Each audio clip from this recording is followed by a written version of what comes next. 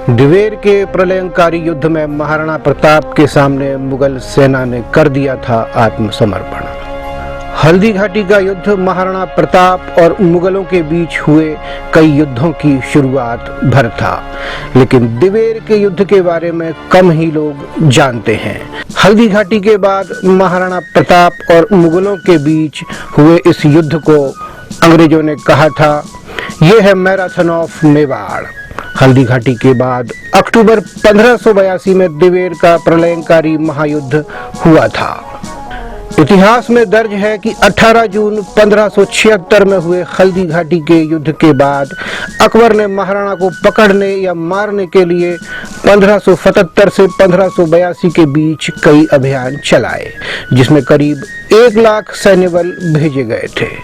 अंग्रेज इतिहासकारों ने लिखा है कि हल्दी घाटी युद्ध का दूसरा भाग, जिसको उन्होंने बैटल ऑफ दिवेर कहा है, मुगल बादशाह के लिए एक करारी हार सिद्ध हुआ था। इतिहासकार कर्नल टॉड ने अपनी किताब में जहां हल्दी घाटी को थर्मोपल्ली ऑफ मेवाड़ की संज्ञा दी है, वहीं दिवेर के युद्ध को मेवाड़ का मैराथन बताया है। यह युद्ध यूनान के कैमेल्टियार्ड्स एवं फारस के डेरियस की तरह था, जो 490 ईस्वी पूर्व मैराथन नामक स्थान पर हुआ था।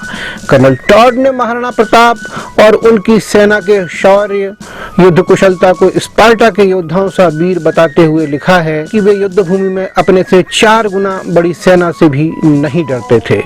दिवेर के युद्ध की योजना महाराणा प्रताप ने अरावली स्थित मानकी आवास के जंगलों में बनाई थी। भामाशाह द्वारा मिली राशि से उन्होंने एक बड़ी फौज तैयार कर ली थी। भील, राजपूत और स्थानीय निवासियों को प्रशिक्षित करके महाराणा ने एक गुरिल्ला सैनिक टुकड़ी तैयार की थी। बीहड़ जंगल, भटकाव भरे पहाड़ी रास्ते से अवगत इस टुकड़ी ने मुगल सेना की हालत खराब कर रखी थी।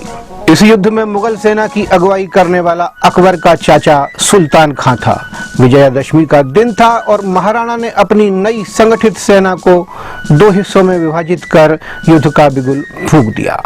एक टुकड़ी की कमान स्वयं महाराणा के हाथ में थी, तो दूसरी टुकड़ी का नेतृत्व उनके पुत्र अमर सिंह कर रहे थे।